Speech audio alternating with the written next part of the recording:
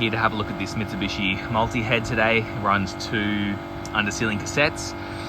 They're just saying that it doesn't seem to be, or one of them turns on for a little while, then turns off. I don't know if you can hear that on the camera, but that compressor sounds like garbage. So we'll pull the cover off and see what we can see.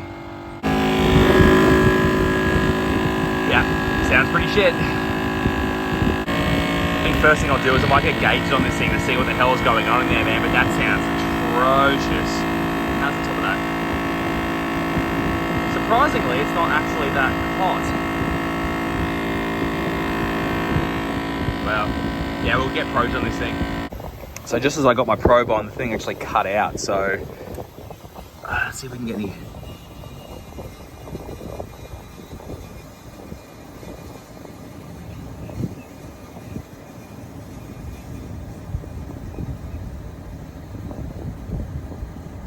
Okay, LED 1 is flashing twice, so we'll see what that means.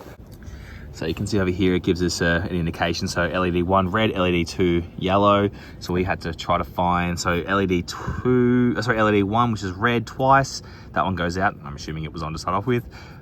Stops due to overcurrent protection. So refrigerant cycle is faulty, IPM or compressor is faulty. I think it's safe to assume it was that compressor.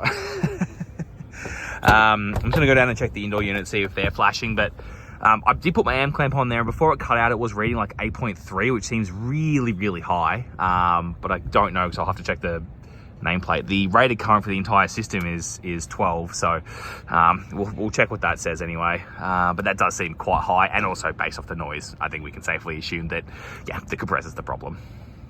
Just while doing a visual, it does kind of look like these might be oily. Oh, is that about to start back up again, is it?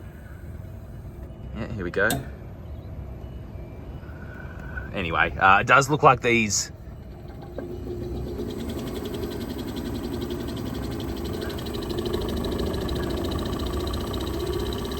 Yeah, that thing's struggling, man, eh?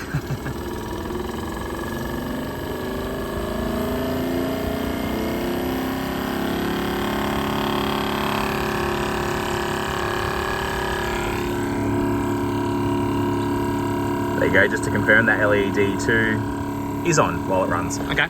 Anyway, going back to what I was saying, these do look like they're quite oily, so I might just get my leak detector out and hit those. Notorious with multi-heads where you're not actually using them. These, I've had a couple where I've actually installed a few. Oh no, this one's going to turn on. Oh, I'm going to get away for a second. Where I've installed a multi-head before a couple of times, and those actually seem to come loose. So you actually need to tighten those up, which is usually overlooked. Because yeah, it was overlooked by me, and I was wondering why I wasn't pulling it back, and ended up finding out that yeah, those were actually quite loose. So go get the leak detector. We'll hit this, and we'll see what we can find. The trusty combo.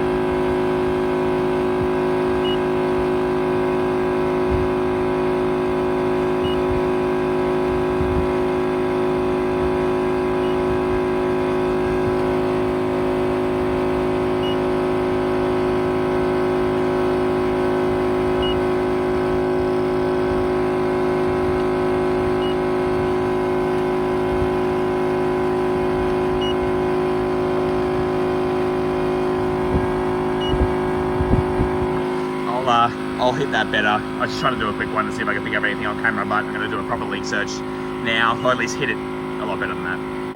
So I wasn't getting any hits around there, but I was getting around there.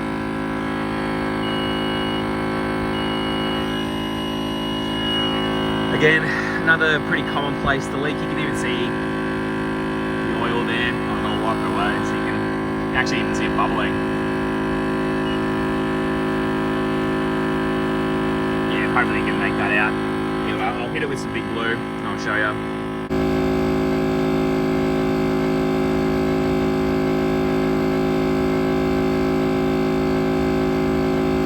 Probably kind of hard to see when I can't really zoom in close to it. Oh, there we go. But there's you can see the micro cluster kind of developing there and sliding down. You can usually good indication is like a bit of a build up, and then they start popping as well. Anyway, so that one's definitely leaking. I think I missprayed that one, but that was also leaking. We'll get the hit on it. You can kind of see as well. Bit of oil build up. So I'll keep doing a bit of a visual, but my thought is that this thing is now obviously low on refrigerant. And there's just not enough oil coming back to the compressor, which is probably why it sounds like that. It sounds pretty metallically and just very loud. So yeah, I'm gonna have to ponder what I'm gonna do on this one, because it does appear to have 3 indoor heads. I think they thought there was only 2, but there's clearly 3. I'll have to go work out where the other one is as well. It's probably the reception area, I think, on this particular building. It does like an office, reception, and I think a hairdresser as well. So anyway, I'll keep working my way through that.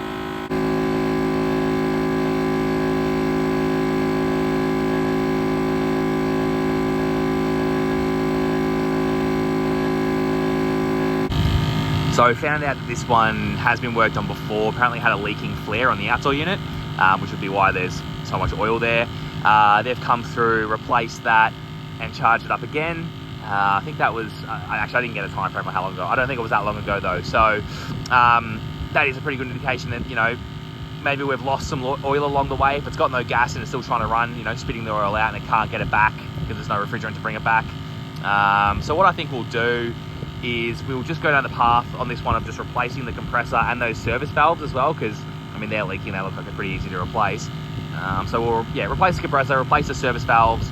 Now hopefully it is me coming back to do that. I haven't replaced the compressor in a while. It'll be kind of fun and to make a good video too, but I don't know if it will be. So we'll hopefully this won't be the end you see of this unit, but if it is, thanks for watching.